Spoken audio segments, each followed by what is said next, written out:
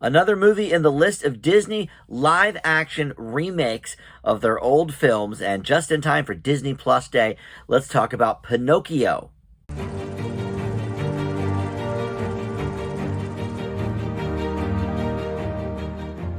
Hey guys, Dan here. This is Dan Reviews It. Welcome to my review for the Pinocchio 2022 version on Disney Plus. There's actually another version of Pinocchio coming out later this year with Guillermo del Toro in the director's chair. That's going to be like a stop motion kind of thing and not necessarily based on the Disney movie, more probably based on the classic book. So we'll review that later, but right now we're going to talk about the Tom Hanks live action version of Pinocchio that is streaming right now on Disney Plus. Before we do that, I want to welcome you into Dan Reviews It.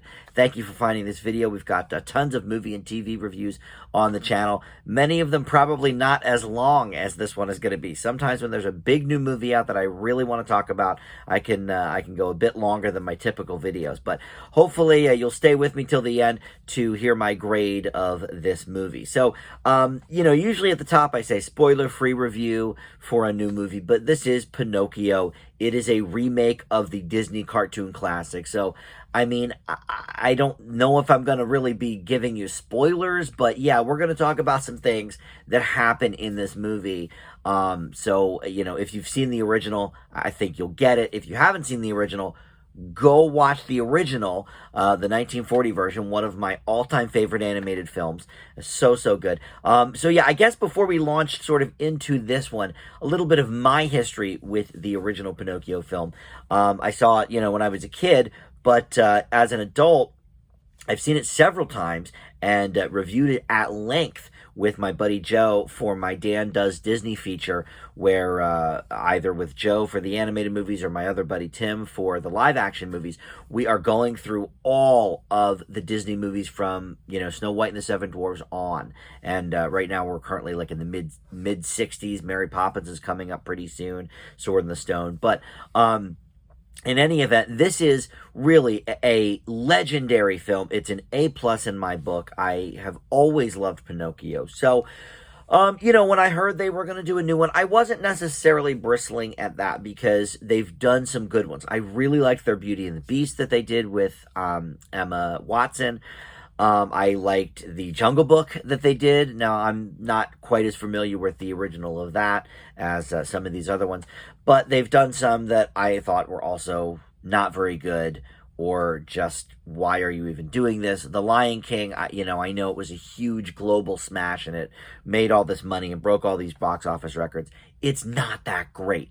It looks good, but it was basically a shot-for-shot remake for the original 1994 Lion King. So here what we have with Pinocchio is something sort of similar to that, but I would say maybe more in the vein of Beauty and the Beast, because they do add a few things in, which, we'll talk about here in just a moment. But when I heard they were doing it, I thought, all right, well, we just had a live-action Pinocchio a couple of years ago. I think that was maybe 2020. It was a foreign version, and it was definitely, a little bit sort of weird, but Pinocchio is a weird story, right? So I thought it was good. I think I gave it like a B or a B+ or something. So pretty good. And then I heard Guillermo del Toro was making one, and I sort of got that confused with this. This is Robert Zemeckis doing this, which reteams him with Tom Hanks. Hanks plays Geppetto in this, but they've worked together on things like Forrest Gump and Castaway. So, and Polar Express too, which obviously is very, very visual with Zemeckis. So, all of that is great, and we have a few other veterans of live action remakes. Luke Evans is here, who played Gaston in Beauty and the Beast. Keegan-Michael Key is here, and he had a role in the Lion King remake. So some people, coming back to Disney for the great animated remake. So as the list goes, I think this is actually on the lower end, and I'll explain why here. So basically, you've got Tom Hanks as Geppetto, like I said, but we have this newcomer who I'm unfamiliar with, but he did a movie for Disney Plus last year called Flora and Ulysses, which I did not see. But his name is Benjamin Evan Ainsworth. and he is voicing Pinocchio here. You've got Joseph Gordon-Levitt as Jiminy Cricket, which is, I mean, it's so spot on. I had to look it up because I was like, who is this doing Jiminy Cricket? It's our buddy JGL, and he's worked with Disney before on a couple of projects, but he is so good here. I mean, look, if you're gonna mimic anything from that original movie, like Jiminy Cricket has such a unique voice, unique sort of speaking pattern as well, and he just knocks it so far out of the park. So he was great. Keegan-Michael Key does Honest John. Lorraine Bracco from the old Sopranos show plays Sophia, who is a new character. She's a friendly seagull who befriends Jiminy and helps Jiminy and Pinocchio out a little bit. But you've also got Luke Evans as the coachman, Cynthia Erivo as the Blue Fairy. We love her. And then Giuseppe Battison as Stromboli, who I'm unfamiliar with him, but, he did a good job. Rather large man, makes sense for the role. So I am curious to see what the Del Toro version is going to look like later in the year. I thought for a brief second about waiting till that one comes out and then sort of doing a compare and contrast. I'm not going to do that because this is such, I think, a big movie. They're sort of basing a lot of the Disney Plus Day promotion around the premiere of this movie. So I love Joseph Gordon-Levitt. Fantastic. Everything that they changed, for example, having the seagull character, or one other change is instead of going to perform in the puppet show immediately when Pinocchio meets Honest John, he actually does go to school first. Jiminy Cricket talks him into going to school, and then he ends up getting kicked out of there. So there's a couple of changes. There's some new songs written by Glenn Ballard, who is Alanis Morissette's old co-writing buddy from the 90s, and then also Alan Silvestri. I think he wrote the music. Glenn Ballard probably wrote the lyrics. That's usually how both of those guys sort of work, so it makes sense. And none of the new songs are necessarily anything to write home about, but they're also not as bad as like that Beyonce song from The Lion King that they did, or that new Princess Jasmine song from the live-action Aladdin that was not good. All of them are like okay. I don't think any of them are amazing. And another change is Erivo actually is the one who sings When You Wish Upon a Star. Now, Jiminy Cricket sings it for a split second there at the beginning because, of course, the Disney logo is when, the song that goes when the stars come over the castle and the logo. That's When You Wish Upon a Star. They've been doing that for 30 or 40 years, probably. I know it hasn't been since the 40s, but it's been a long time, most of my life at least.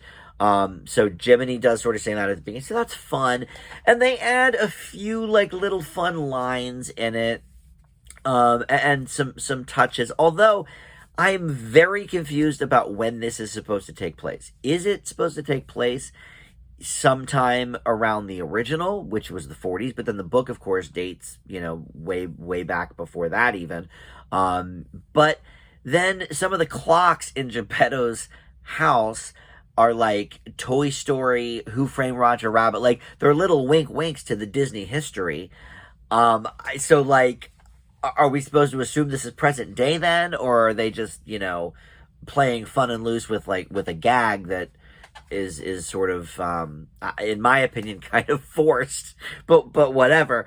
But all right, let's just say that's fine. But yeah, some of the little touches are fine. Keegan-Michael Key is another one who is great here. He's so good in this role. And actually, the kid that plays Lampwick, Lewin Lloyd, I don't know him, and he is doing a good job, but he's doing like a Natasha Lyonne type of voice and accent, like a kid Natasha Lyonne. I just watched her in, she had a voice in the DC Super Pets, and she's got such a specific like New York accent, and he's just like totally doing that. So he was fine. And of course, they excised some of the stuff that you can't do anymore in Disney movies. There's no smoking. They drink root beer. I'm pretty sure in the original they were drinking beer. But the Pleasure Island scene is awesome. Like, it's one of the most fun scenes in the whole movie. They're doing so many cool things. There's a lot going on. It's eye-popping. It's engaging. It's fun. It's some of the stuff that Robert Zemeckis is known for. I mean, he did do Who Framed Roger Rabbit back in the day, and he did The Polar Express and all that kind of stuff. So he's known sort of for eye-popping visuals. That is really one of the only scenes that I really, really enjoyed the visuals. There's some cool stuff going on in this movie overall, I guess. But for, as nice as Jiminy Cricket looks and as cool as Pinocchio looks, there are some effects here and some CGI things that look half finished, and I can't figure out why. The budget that I was able to find was about $150 million. Now that's a lot for something you're just going to dump on Disney Plus and not even put in theaters and make any money on. But okay, but it boggles my mind. Like, where did all of that money go? I'm obviously, you pay Tom Hanks some money and maybe some of the other people, but in terms of like the effects, some of them looked really cool, and then some of them looked almost laughable. It was very, very bizarre. It's one thing I will give the Lion King remake, is that it did look pristine. It actually looked too good and too crisp and ridiculous. There's some animals here that sort of run the gamut there again. Cleo the fish looks great. Figaro the cat looks okay. But then in the Pleasure Island scene towards the end, they start turning into donkeys, and they look really, really bad. So I don't know. I'm definitely torn on that. I'm torn on the whole movie, because I don't think any of the changes necessarily made it better. Although, all right, having Cynthia Erivo sing When You Wish Upon a Star, that was pretty solid. She's an amazing singer. Like, we know this. So, okay, that part was cool. I guess, yes, the voice work from Joseph Gordon-Levitt and Keegan-Michael Key, very, very up to snuff. Really, really good stuff there. Hanks was fine. He's had an interesting year, playing Colonel Tom Parker in Elvis, which is like the villain of the movie, and, getting the fat suit on and everything. And here he's playing, the old Italian man, and it's fine when he's not launching into the Tom Hanks-isms. But, I wouldn't say he was a standout for this movie. So, look, overall, it's certainly not the best. It's far from the best of the remakes that they've done, but they've definitely had a few real stinkers, and I'm not sure this quite falls into that category. Much like The Lion King, I'm just not sure why it needs to exist. This Del Toro one later this year, I think will probably be more visually interesting. Hard to say 4 months before a movie comes out, but this, goes so close to the original that I think that Del Toro will at least give us something new that maybe we haven't seen before, other than, a couple of songs here or there. And I do think that's supposed to be a musical too. But, the original Pinocchio didn't have a lot of songs. When You Wish Upon a Star, I think there was maybe one other one. But this has like 6 songs in it. Oh, Hi Diddly He, the John song. But other than that, I think that's pretty much it for the big songs. Here, there's like 4 new ones, and yeah, they're fine. So overall, I'm gonna give Pinocchio 2022 Disney version a C+. I gave The Lion King a C, and it was certainly better than that. It doesn't look better than that, but it was more enjoyable to watch. And don't let the runtime fool you either. 15 minutes of that is credits. The original movie was 88 minutes. This one, when you take out the credits, is only about an hour and 38. So it's only about 10 minutes longer, really, story-wise, than the original. So, all right, thank you so much for watching. We'll see everybody next time on Dan Reviews It. Bye.